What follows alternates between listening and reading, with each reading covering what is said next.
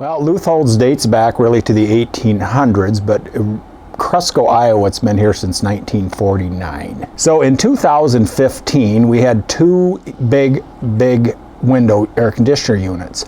They were extremely loud. They blew cold air just in certain areas. So certain areas in the store were probably warmer than others. Some of the customers complained that it just blew directly on them, and it was hard to hear them if they were talking, if they were right by the air conditioner. They were not efficient at all. So one broke, and we had that decision, like, we're going to replace it with a new window air conditioner, or we're going to try to update ourselves. So that's in 2015, we put in mini splits, which were so much better. They're quieter, they're just so much easier to manage. So another really good thing I didn't realize when we put in the mini splits is the two different heating and cooling. So we use it also for a really great heat source. Of course, we're in Northeast Iowa, so our heat sources we have a long season. And one day you're having heat, the next day you're having AC. But we basically use them for probably March, April, May, and we use both heating and cooling, just depending on, like I said, Northeast Iowa. And then when we get into like the cooler months, October, November, December, we use pretty much the heat source from them.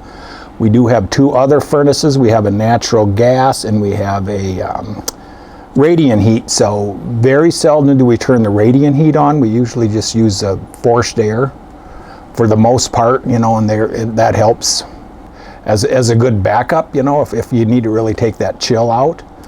But we'll use those, like I said, we'll use them even if it's a warmer day in January. We'll probably use those because they are way more cost effective. One downside was our placement. They face south, which is really nice because that way they don't frost up quite as quick. The only downside is our sidewalk is right below it, so they do drip condensation on both, heating and cooling. The cooling's fine because it's warm enough, it's just wet, but we didn't realize there was some ice buildup on our sidewalk, but we did not have a choice really as far as placement. It's our only exterior wall, so we had to put them there. So we have to watch our ice in the winter. They were about $3,000 a unit. We have a 5,000 square foot building, so we put in 3. So then the electrician was cost about $600 to install them. So roughly about $9,600 for total cost. We did get a $200 rebate per unit at that time. So it was a rebate of $600. So in 2017, I had gone to Bob's Electric, our local electrician here, and I said I need to get a ballast. And the gal working, which would be Elaine Bergen, she said, "Now why, Roy, would you buy these expensive ballasts?" She said, "It just makes no sense at all." And I said, "Well, give me another option." See, if you installed LED lights, she said, you would be so much better ahead. So she gave me the cost, and that kind of started the ball rolling. And I never did like the fluorescent tubes. I never liked the looks of them. They were hanging down from the ceiling, and it just never had that appeal.